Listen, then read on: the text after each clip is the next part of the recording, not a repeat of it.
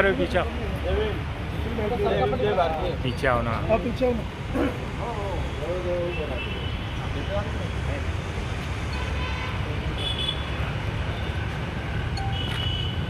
नहीं नहीं जाके लेंगे।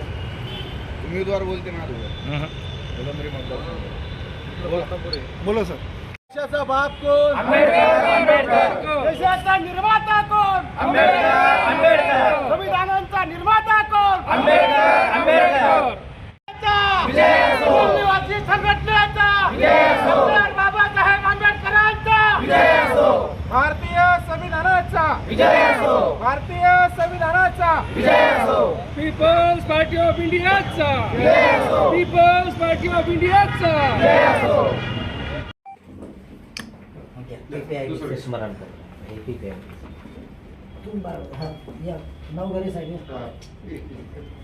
राज्य कार्यकारिणी सदस्य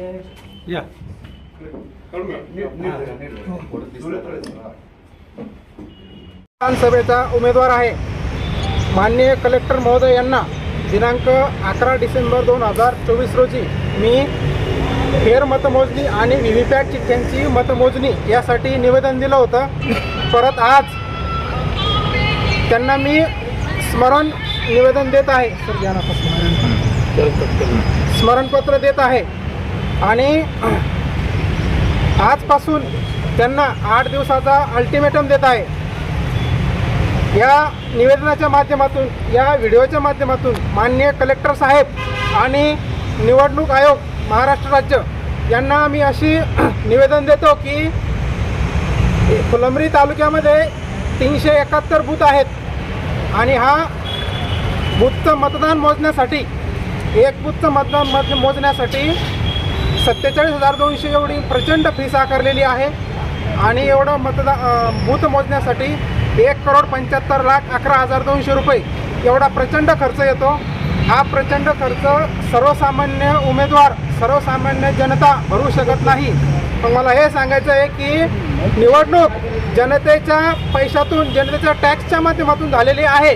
मग परत मतमोजणीसाठी एवढा पैशांचा अट्टहास कशासाठी?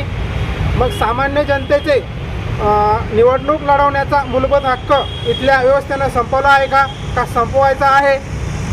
आणि महाराष्ट्रामध्ये EVMचं एक मोठं आंदोलन उभं राहत आहे आणि हे आंदोलन दाबण्यासाठी लोकांचं लक्ष विचलित करण्यासाठी बीडचं प्रकरण घडून आणलं मस्साजोगचं आणि इथलं जाणून बुजून प्रकरण घडून आणलं परभणीचं।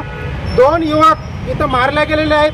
या EVMच्या आंदोलनाच्या दृष्टिकोनातून हे नवीन आंदोलन तयार केलं म्हणजे हे आंदोलन दबले जाईल। परंतु व्यवस्थेला आणि निवडणूक आयोगाला मी सांगू इच्छितो तुम्ही कितीही आंदोलन दाबलं तरी हे आंदोलन आम्ही करणारच आहोत आणि सत्यता ही जनतेसमोर मांडणार आहोत। आणि तुम्ही जो डाटा 40 दिवसामध्ये डिलीट करणार आहे तो डाटा कृपया डिलीट करू नका आणि तो डाटा सर्वांसमोर येऊ द्या। खरी माहिती खरी सत्यता जनतेसमोर येऊ द्या एवढंच आव्हान मी आपल्याला करत आहे। नसता येत्या 8 दिवसापासून आज दिनांक 23 डिसेंबर तर आम्ही 30 डिसेंबरला इथे प्राणांतिक उपोषण करणार आहोत। याची प्रशासनाने नोंद घ्यावी। धन्यवाद। सुनील साळवे फुलंब्री विधानसभा उम्मीदवार। दर्शकों को जय भीम जय मूल निवासी। मेरा नाम नितिन जाबुकसर है और मैं मूल निवासी संघ जो कि भारत के सभी SC ST OBC और इनमें से समय समय पर जो धर्म परिवर्तित हुए हैं धार्मिक अल्पसंख्यक इन सभी के हक और अधिकारों के लिए दिन रात कार्यरत रहता है तथा उनके लिए हमेशा इस समूचे भारतवर्ष में जगह जगह पर जिस भी प्रकार से काम किया जा सकता है उस प्रकार से काम करता है। आज हम यहाँ पर जो छत्रपति संभाजीनगर औरंगाबाद इस जिले का जो जिलाधिकारी कार्यालय है यहाँ पर ये जो ज्ञापन देने आए हैं इसके 2 विषय है।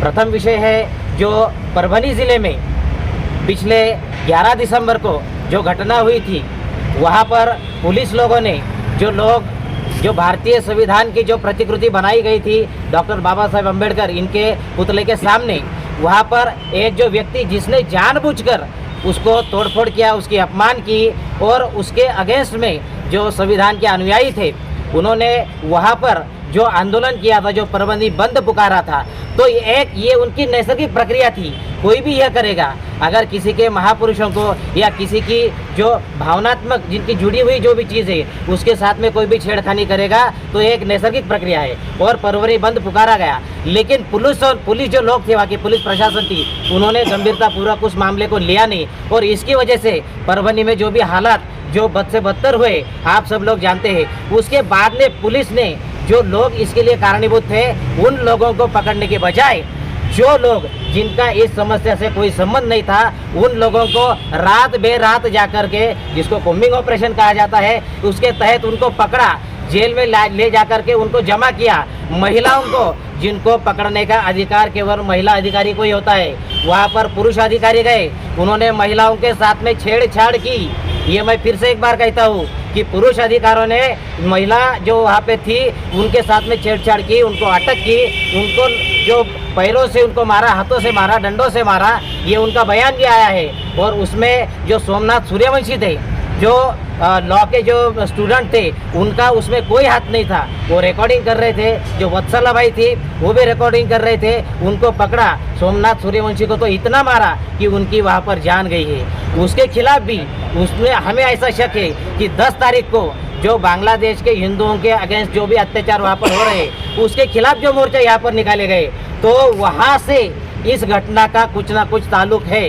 क्योंकि उसी दिन उसी समय जब ये निवेदन देने को गए थे परभनी में, उसी समय पर 4 से 5 बजे के दरमियान जो दत्ता पवार नाम का जो शख्स था उसने ये घटना वहाँ पर करी थी और परभनी के हालात बद से बदतर हुए थे।